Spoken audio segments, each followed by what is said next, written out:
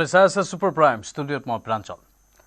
মহানগৰীৰ আজাৰা আৰক্ষী থানাৰ অন্তৰ্গত বঙৰা ইছলামপুৰত আৰক্ষীৰ ওপৰত দলবদ্ধ আক্ৰমণ। উচ্ছেদৰ জাননী দিবলৈ যোৱা আৰক্ষীক আক্ৰমণ একাংশ লোকৰ। গাঁও প্ৰধানকো আক্ৰমণ কৰে উত্তেজিত লোকে ভাঙিলে আৰক্ষীৰ বাহন। ঘটনাত আৰক্ষীসহ আহত কেইবাজনো লোক।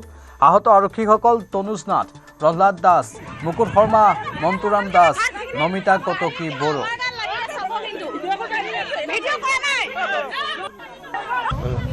নোটিছ দিবৰ কাৰণে গৈছিলে, গাঁওবুঢ়াও গৈছিলে। তাৰপিছত নোটিছ দিয়া অলপ পিছতে তেওঁলোকৰ গাঁৱৰ মানুহ গোটেই গোট খাই আৰু মানে গাঁওবুঢ়াৰ ওপৰত প্ৰথমত হেৰি কৰিলে, মাৰপিট কৰিছে। তাৰপিছত আমাৰ গালেও শিলগুটি দলিয়ালে। আজি আমাৰ ওমেন এগৰাকী ইঞ্জুৰিড হৈছে আৰু এজন কনষ্টেবল ল'ৰা। বাকী গাড়ী চাড়ী ভাঙিছে দেখিছে আপোনালোকে। আমি ডিউটিৰ কাৰণে আহিছিলোঁ, আমাক মাতিছিলে। এনেই মানে আমাক লাঠি চাঠি কথা কোৱা নাছিলে, যাবৰ পৰা আমাক কৰোঁতে আমি খালী হাতে গৈছোঁ। ধৰক আপোনাৰ তাতে নটিচ দিবলৈ যাওঁতেনে মানে গাঁওবুঢ়াক ধৰিছে আৰু আছে মাৰি আপোনালোকে নটিচ দিবলৈ আহিছে কিয় বুলি মানে এইবিলাক কিবা ইমান গম নাপাওঁ আমি ধৰক। তাৰপিছত আৰু পাথৰ চাথৰ দলিয়াবলৈ ল'লে আমাৰ। হয়, পাথৰ দলিয়াইছে আপোনাৰ মানে নটিচ দিবলৈহে গৈছিলোঁ। আমাৰ বেলেগ একো হোৱা নাই, খালি আমি সেইবিলাক দিবলৈ যাওঁতেনে আমাক পাথৰ দলিয়াইছে তেওঁলোকে। তাৰপিছত গাড়ীত উঠিবলৈ আহিছে, তেতিয়া গাড়ী ভাগি অৱস্থা আমাৰ ল'ৰা এজনৰ মাথা ফাটিছে আৰু আমাৰ ওমেন ছোৱালী এজনী কাণৰ এই ইয়াতে মাৰিছে পাথৰ। বাতৰি দেখোঁতে সময় হৈছে বাণিজ্যিক বিৰতিৰ।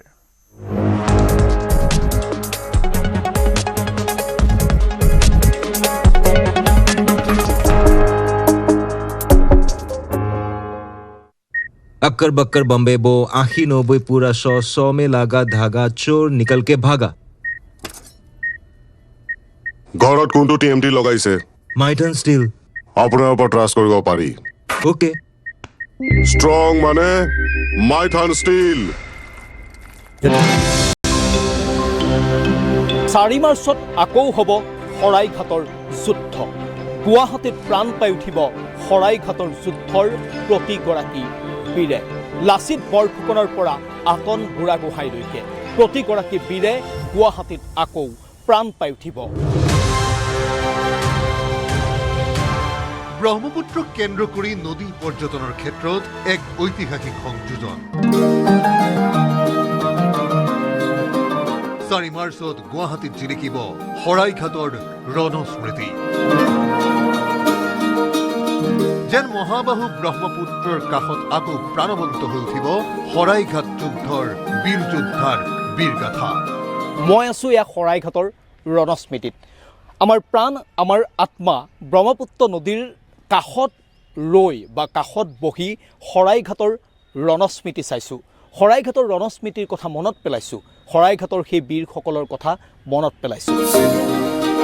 কামৰূপ মহানগৰৰ কাছাৰীস্থিত পুৰণি জিলা আয়ুক্ত কাৰ্যালয়ৰ ভূমিত নিৰ্মাণ কাৰ্য চলি থকা এই উদ্যানখনত প্ৰৱেশ কৰাৰ লগে লগে আপুনি পাব শৰাইঘাটৰ যুদ্ধৰ এটা চমু আভাস। প্ৰতি মুহূৰ্তত উদ্যানখনত বাজি থাকিব জাতি প্ৰেমৰ গীত,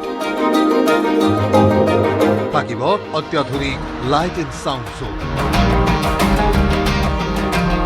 দৃষ্টি আকৰ্ষণ কৰিব সন্ধিয়া হলেই নানা ৰঙী আলোকসজ্জাৰে এই পানীৰ ফোৱাৰাই।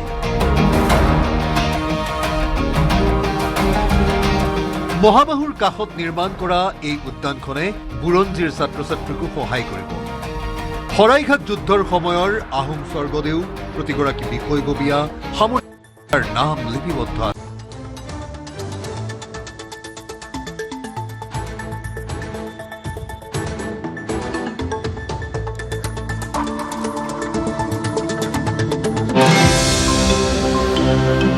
চাৰি মাৰ্চত আকৌ হ'ব শৰাইঘাটৰ যুদ্ধ।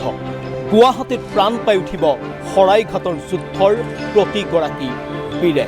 লাচিত বৰফুকনৰ পৰা আকন বুঢ়াগোহাঁইলৈকে প্ৰতিগৰাকী বীৰে গুৱাহাটীত আকৌ প্ৰাণ পাই উঠিব। ব্ৰহ্মপুত্ৰক কেন্দ্ৰ কৰি নদী পৰ্যটনৰ ক্ষেত্ৰত এক ঐতিহাসিক সংযোজন। 4 মাৰ্চত গুৱাহাটীত জিলিকিব শৰাইঘাটৰ ৰণস্মৃতি। যেন মহাবাহু ব্ৰহ্মপুত্ৰৰ কাষত আকৌ প্ৰাণৱন্ত হৈ উঠিব শৰাইঘাট যুদ্ধৰ বীৰ যোদ্ধাৰ বীৰগাথা। মই আছোঁ এয়া শৰাইঘাটৰ ৰণস্মৃতিত। আমাৰ প্ৰাণ আমাৰ আত্মা ব্ৰহ্মপুত্ৰ নদীৰ কাষত ৰৈ বা কাষত বহি শৰাইঘাটৰ ৰণস্মৃতি চাইছোঁ শৰাইঘাটৰ ৰণস্মৃতিৰ কথা মনত পেলাইছোঁ শৰাইঘাটৰ সেই বীৰসকলৰ কথা মনত পেলাইছোঁ কামৰূপ মহানগৰৰ কাছাৰীস্থিত পুৰণি জিলা আয়ুক্ত কাৰ্যালয়ৰ ভূমিত নিৰ্মাণ কাৰ্য চলি থকা এই উদ্যানখনত প্ৰৱেশ কৰাৰ লগে লগে আপুনি পাব শৰাইঘাটৰ যুদ্ধৰ এটা চুমু আভাস প্ৰতি মুহূৰ্তত উদ্যানখনত বাজি থাকিব জাতি প্ৰেমৰ গীত থাকিব অত্যাধুনিক লাইট এণ্ড সাউণ্ড শ্ব' দৃষ্টি আকৰ্ষণ কৰিব সন্ধিয়া হলেই নানা ৰঙী আলোকসজ্জাৰে এই পানীৰ ফোৱাৰাই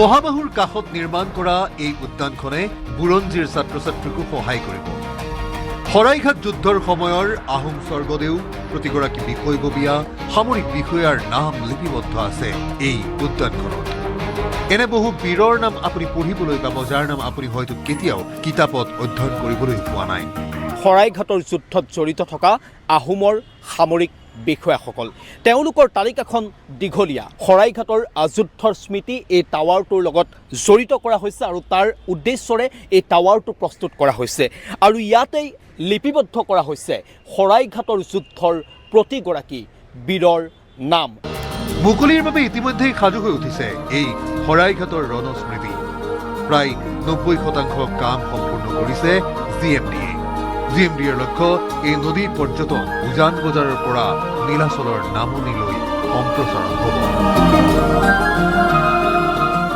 বিক্ৰম বৰাৰ report news 18 Assam north east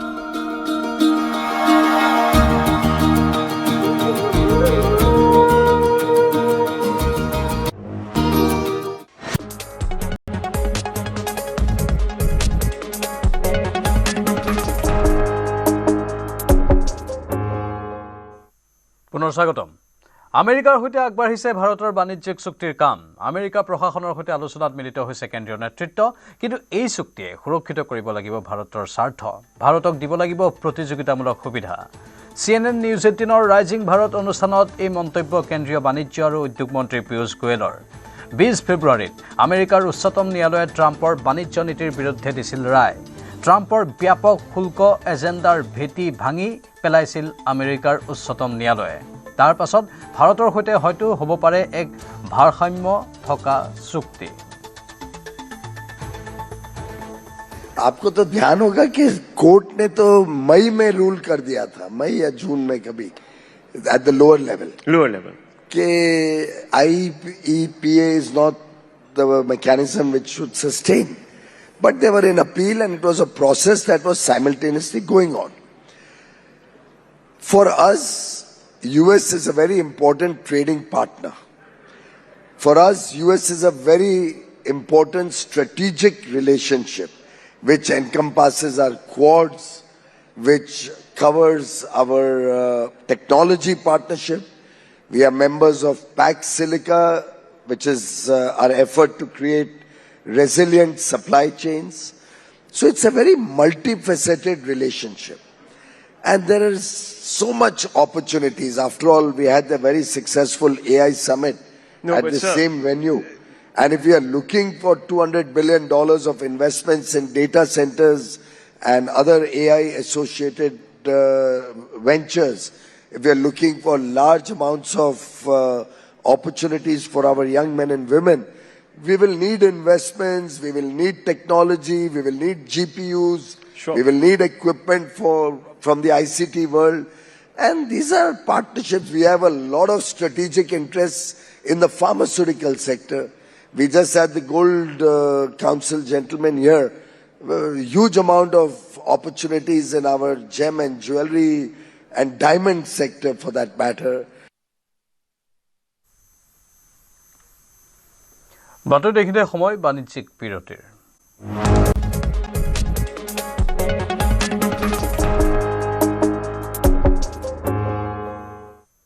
পুনৰ স্বাগতম মুম্বাইত উপস্থিত কানাডাৰ প্ৰধানমন্ত্ৰী মাৰ্ক কাৰ্নি ভাৰতৰ সৈতে দ্বিপাক্ষিক সম্পৰ্ক পুনৰুদ্ধাৰৰ চেষ্টা কানাডাৰ প্ৰধানমন্ত্ৰীৰ 27 ফেব্ৰুৱাৰীৰ পৰা 2 মাৰ্চলৈ ভাৰতত থাকিব কানাডাৰ প্ৰধানমন্ত্ৰীগৰাকী ভাৰতৰ সৈতে বাণিজ্য বিনিয়োগ আৰু কৌশলগত অংশীদাৰিত্ব শক্তিশালী কৰাৰ লক্ষ্যৰে মিলিত হ'ব আলোচনাত ভাৰতৰ সৈতে প্ৰযুক্তি আৰু কৃত্ৰিম বুদ্ধিমত্তা সংস্কৃতি আৰু প্ৰতিৰক্ষাকে ধৰি কেইবাটাও মূল খণ্ডত দ্বিপাক্ষিক সহযোগিতা সম্প্ৰসাৰণৰ ওপৰত গুৰুত্ব প্ৰদান কৰিছে কানাডিয়ান প্ৰধানমন্ত্ৰীজনে এই ভ্ৰমণকালত ভাৰতৰ লগতে কাৰ্নিয়ে ভ্ৰমণ কৰিব অষ্ট্ৰেলিয়া আৰু জাপানো ভাৰত প্ৰশান্ত মহাসাগৰীয় অঞ্চলত অংশীদাৰিত্ব শক্তিশালী কৰাৰ ওপৰত প্ৰদান কৰিব গুৰুত্ব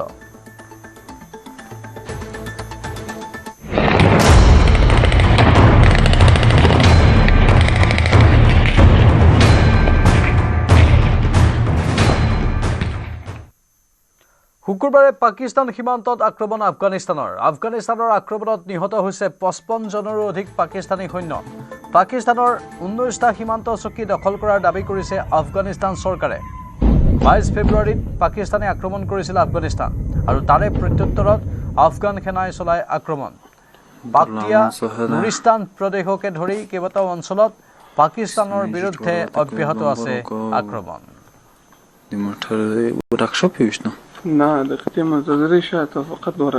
আৰু আফগানিস্তানে পাক সীমান্তত আক্ৰমণ কৰাৰ পাছতে পাকিস্তানৰ এয়াৰ এটেক আফগানিস্তানৰ কেইবাখনো চহৰত পাকিস্তানী সেনাৰ এয়াৰ ষ্ট্ৰাইক কাবুল কান্দাহাৰ পক্তিয়াত আক্ৰমণ পাক বায়ুসেনাৰ 2 ঘণ্টাৰো অধিক সময় ধৰি চলে আক্ৰমণ এই আক্ৰমণৰ পাছতে আফগানিস্তানৰ বিৰুদ্ধে মুকলি যুদ্ধ ঘোষণা পাকিস্তানৰ এক চেণ্ডেল যোগে পাকিস্তানৰ প্ৰতিৰক্ষা মন্ত্ৰী খোৱাজা আসিফে আফগানিস্তানৰ তালিবান চৰকাৰৰ সৈতে মুকলি যুদ্ধ ঘোষণা কৰে এই আক্ৰমণত 130 জনৰো অধিক তালিবানী সেনাৰ মৃত্যু হৈছে বুলি দাবী কৰিছে পাকিস্তানে